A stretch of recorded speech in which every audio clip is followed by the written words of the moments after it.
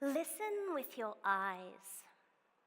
There we were, sitting in the kitchen in my next-door neighbour's house. Me, my neighbour Eileen, and her 5-year-old son Donovan, who was still wearing his Darth Vader costume despite the fact that Halloween was months ago. We'd entered this discussion about who was really cooler. In Star Wars, was it R2-D2 or C-3PO? Who are my R2-D2 fans? C-3PO? So, apparently this is quite a serious debate.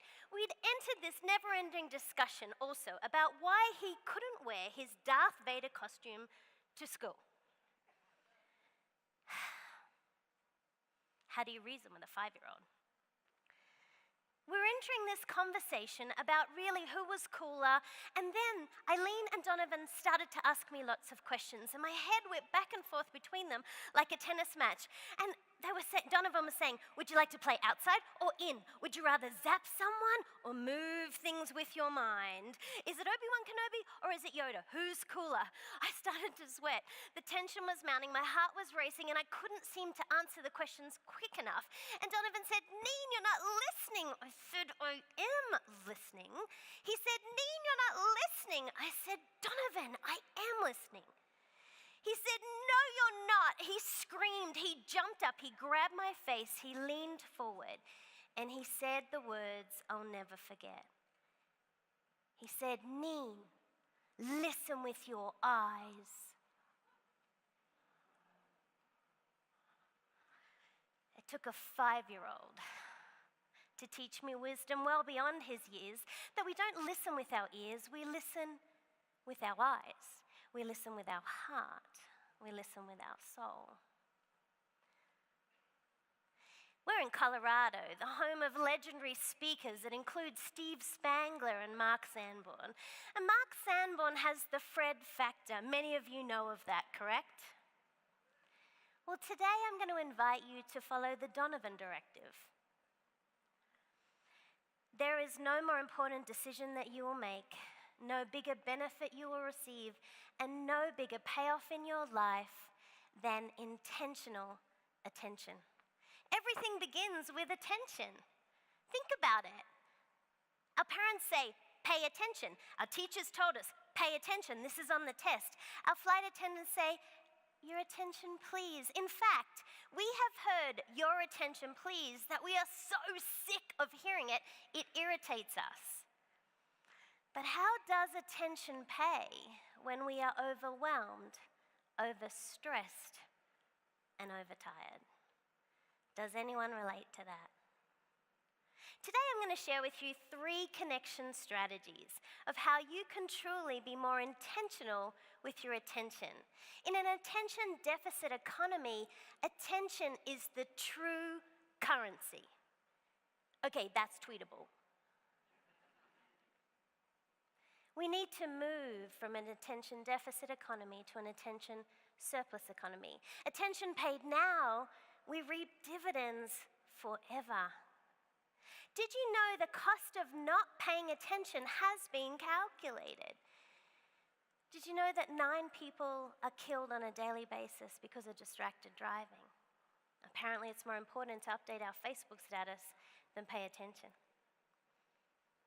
$588 billion is lost in US business every single year because of not paying attention. In Minneapolis, Minnesota, they have a light rail system. Did you know that the death count for pedestrians is going up? Do you know why? Distracted walking. The cause is distracted walking. We are more involved in our iPhones than seeing a train coming at us.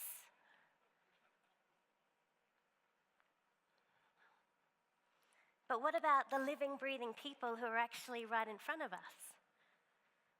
Are you paying attention to those people? Lack of attention to our people, to our purpose, to our clients is costing us money. It could cost us friendships, and it could cost us jobs. Are you seeing people? People want to be seen and they want to be heard. Are you hearing people? We call this the Neen James thoughtfulness system. Patent pending.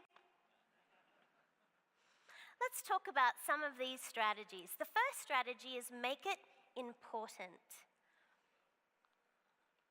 At this conference, I'm going to encourage you, use your cell phones, tweet, take photos, and connect. But what I wanted you to consider is that the first action of really making it important is to record it. The late Steve Allen used to carry a pocket recorder with him everywhere. And when he had an idea for a song or a joke or a book, he would speak it into the pocket recorder. I wonder if you could do that when you meet someone and they say something important to you today. Pull out your iPhone, make a voice memo so you don't forget it. Steve Allen, he was known for paying attention, and so will you. Imagine I was talking to Jason, our MC, the most talented man in America. Would you agree? And let's say I'm talking to Jason and I say, "How you doing?" He says, "Oh, I'm so busy, oh my gosh. All the kids have taken up rock climbing and Ella's just started gymnastics." So I might make a little recording of that. Imagine the connection in a few months' time when I reach out to Jason. I can say one of three things. I can say, "Hi, Jason, great to see you." Or I could say, "Hi, Jason, great to see you. You have kids, right?" Or I could say, "Hi, Jason, great to see you. How are the kids doing? How did Ella do in her gymnastics tournament? Has she mastered her tumble turn yet? Got any video you want to show me?" Can you make it important? Can you record it? The second strategy is to write it. Does anyone by any chance in the front row have a business card that they might be able to bring me?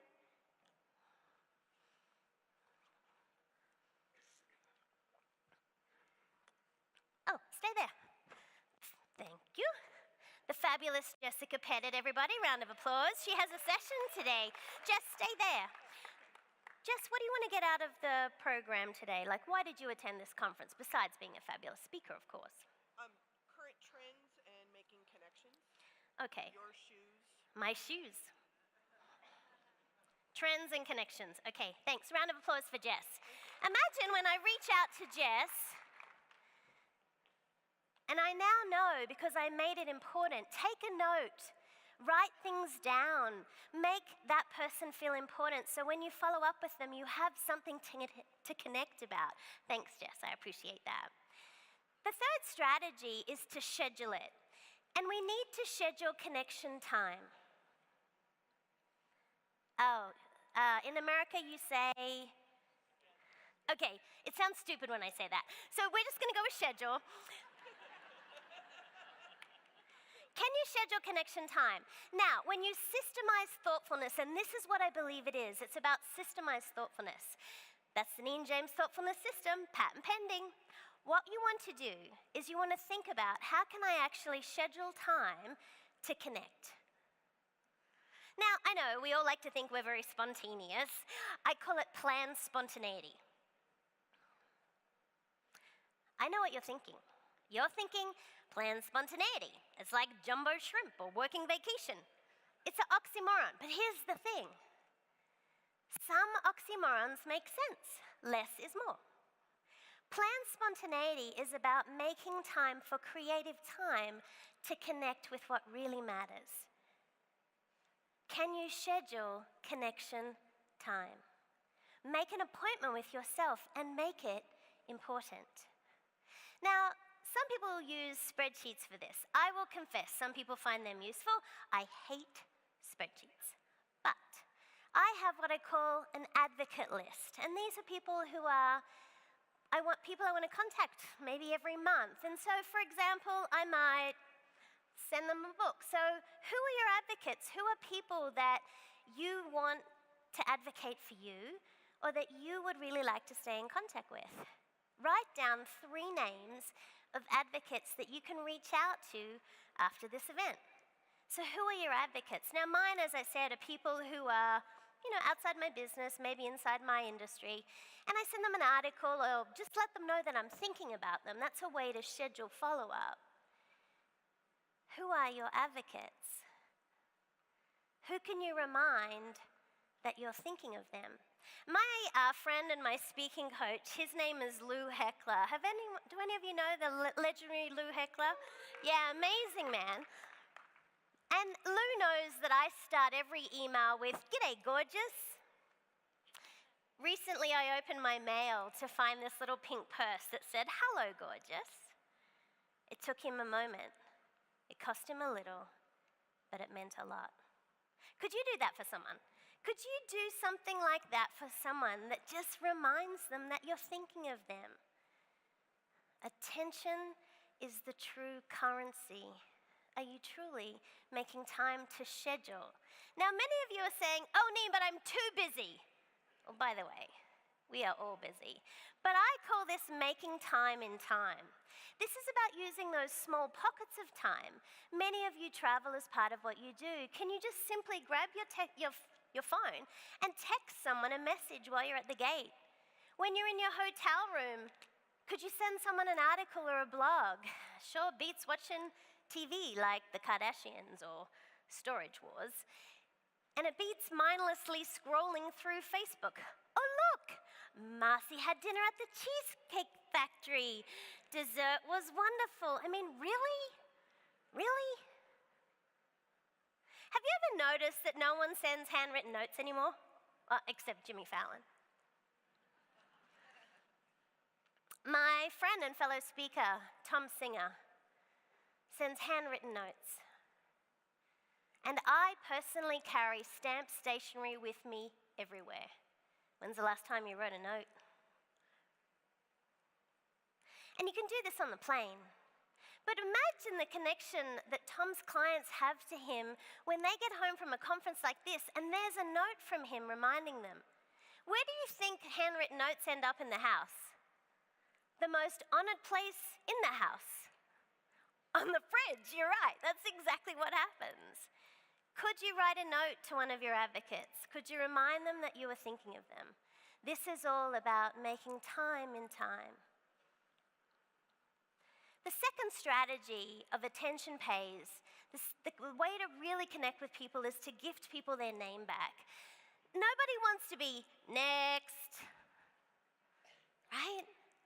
At this event, you're going to hear names, use people's names. I love what Dale Carnegie said. He said a person's name is the sweetest sound. Can you use people's names today? Whenever I'm at a restaurant, as soon as I meet the wait staff, I always write down their name. When I meet the sound engineers with Chris and Dave, Bo has looked after us, MK, there's been so many amazing people like Mitch. Learn the names of the people that you're working with. Last summer, I was here in DIA, and I was heading home to Philly, and I was feeling a little peckish, and I found myself in Concourse C, and I found this restaurant, Root Down. Does anyone know it? Yeah. What a weird name for a restaurant. Anyway. They seated me in the best section. Let me tell you, it had been a long, long day. I had had a tough presentation. And clearly I look like a mess. And I was seated in Linda's section, and I was unprepared for Linda. Linda said to me, "Sweetie, you look like you've had some kind of day." If only she knew. Or maybe she did, because she paid me extra attention that day. When I left, I wrote a little note to Linda on the check and said thank you, and I left. Fast forward, 2 months later, I find myself back in Denver Airport on my way home to Philly, again feeling peckish, again in Concourse C. I see the sign for Root Down. So I get seated. And I think to myself, this is the same section. I think I'm in Linda's section.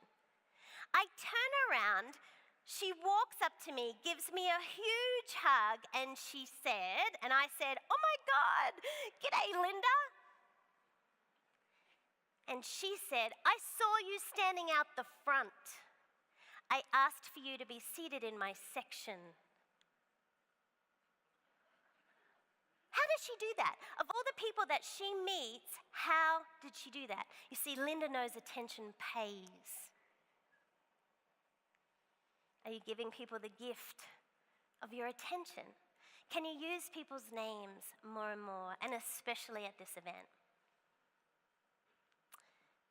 When I think about this whole concept, I think we really need to reconnect with what really matters. We're so connected online, and yet we're disconnected from each other. When did 9 to 5 become 24/7? You don't have time to do everything, you only have time to do what matters. Okay, that's tweetable as well. Do you know what really matters? We have a mantra in our office and it goes like this. If it's not yes, it's no. That's kind of smart. You may want to write that down. But think about this, because we all lead these busy lives, and what we need to do is we need to be able to make decisions quickly of the things that really matter. We need to say yes to the things that matter so that we can say no to the things that don't. Busy is not productive. Attention is the true currency. Who are you gifting your attention to? My third strategy for really connecting is to stand in service, and it follows what our speakers have talked about today. Matt, thank you so much for sharing what you said. I believe that we're not in the meetings industry, we're in the service industry. Our job is to stand in service. And to me, standing in service means giving you the gift of my undivided attention. To stand in service, what I will do for you today, my commitment is this, that every time before I stand before an audience, I will do my preparation. I will give you my undivided attention. And when we meet, I'll sign your book, we'll be in the folding time section together, I will stand in service of you. I'm going to ask you quickly to share with someone beside you. What does it mean to stand in service? Share that with someone beside you.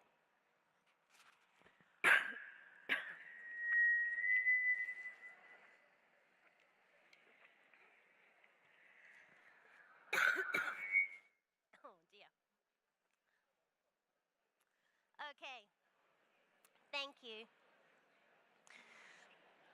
You can probably tell I have a tiny bit of bronchitis, but I only get bronchitis with brilliant people, so there you go. Can you stand in service? This is our job. To me, it means being fully present. Is that what you said? For me to stand in service means I have to get out of the way. It means I can't think about anyone else except you when you're standing in front of me.